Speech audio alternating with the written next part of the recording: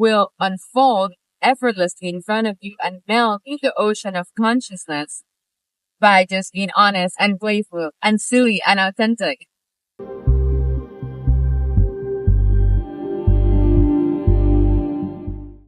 It sounds so silly when you say out loud, when we say out loud, radical authenticity, radical honesty. Dude, shut the fuck up. Just be yourself. Just be honest. Just show up as you are in the moment. Saying it's radical, it's forcing yourself to be already what you are. But you don't need to be radically anything. You just gotta be whatever arises in the moment. So all these all ways of trying to heal and the next healer or the next process. Just be fucking you.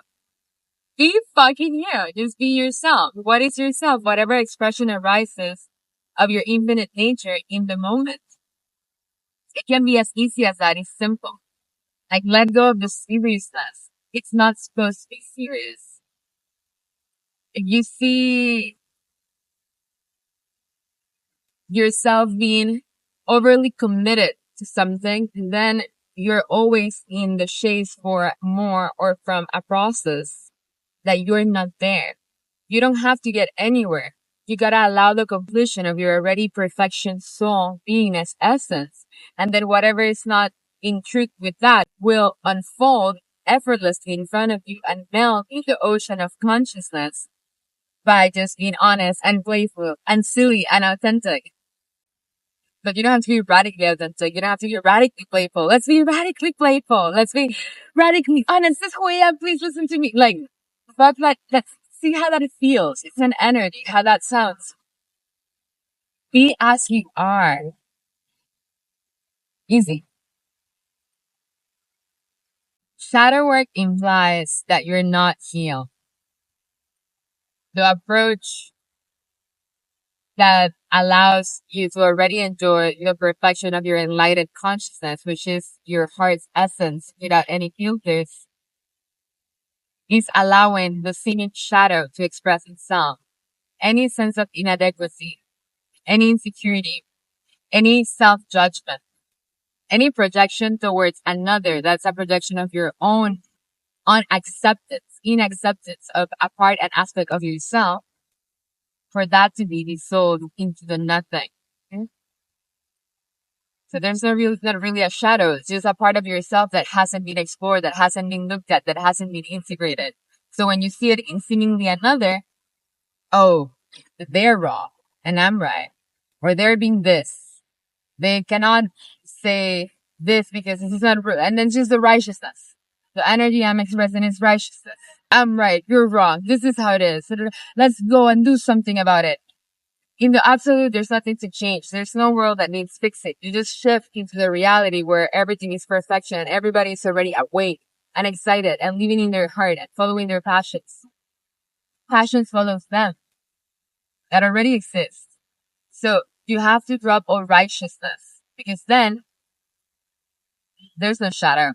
You drop righteousness, you surrender into gratitude and humility of the gift of the Godhead that's available for everyone. The unconditional love is there for you if you want to receive it and see it and feel worthy of it.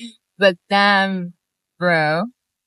Damn, dude. Your judgments cloud the space to have the purity to ask the right questions, so to speak. There's no right or wrong. The purity to ask the questions that are going to accelerate your soul's process into the embodiment and crystallization of the purity of your heart. That means no ego, no fear. You may have a self-concept, but it's so pure. It just responds to the moment with the utmost wisdom, the utmost love. And it doesn't have a set personality. It's just life appearing for the perfect unfoldment of the moment that will be of the highest benefit for the whole. Because it comes from the reality where everything is already perfect and it sees everybody as awake, happy, alive, and in their passion.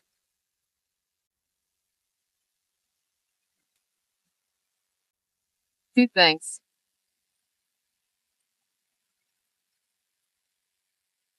Integrity Don't ever allow anybody below integrity in your field. So this is the subtlety of discernment. Yes, there's a world where everybody is already in their highest expression, and you can abide in that world by choosing your highest expression moment to moment and see how reality shifts. Don't use that to be in the bypass of there's truly no others and everybody else is a projection of my consciousness, because that's true when you're grounded in a higher heaven, a higher jhana, in a higher level of bliss. Yet when you're or still dealing with your shadows and your judgments and your those sanskars, karmic imprints that represents those shadows, because there's difficulty to be honest, to be open, to be authentic. And it's not so silly and playful and fun yet. You feel that contraction. Then he corrects this in the Course in Miracles. It says the only thing doesn't agree with the Course in Miracles is love all your brothers. Yeah, love all your brothers and sisters, yet keep an eye on them. Love everybody, every aspect of you, accept every aspect of you, but it doesn't mean you invite everybody to your house for dinner. It means you have the discernment to know which aspects of you, those fragments, belong to lower astrals, and you don't want to invite those because anybody below integrity is demonic. It still has entity attachment. It still has contractions. It still has, and that's you. Yeah, that's an aspect of you because we're the light and we're the dark. That if you want to crystallize yourselves in the absolute knowing of your essence, in your purity, in the creativity, in the infinite playground of the kingdom, you would know intuitively when to say no, when to be assertive. To be spiritual doesn't mean to be stupid. To be spiritual doesn't mean to be passive. Unconditional love perfects the response of wisdom, and it knows when to stay quiet, when the other reflection, when that soul needs to ask and surrender and humble themselves enough to ask for the opportunity to relate and integrate with that aspect of themselves, which is the projection of you already in the complete state of actualized enlightenment. And then you call in those aspects of you to present themselves to test you back for you to present the no. And when you perfect that test of discernment, and this is really advanced question, thank you for the question, then they won't present themselves. And then you would know that part of you is integrated. You don't have to be tested from the lower astrals. And you can abide in your higher heaven without those reflections. But those are thresholds. Those are the dragons. Those are the guardians of paradox.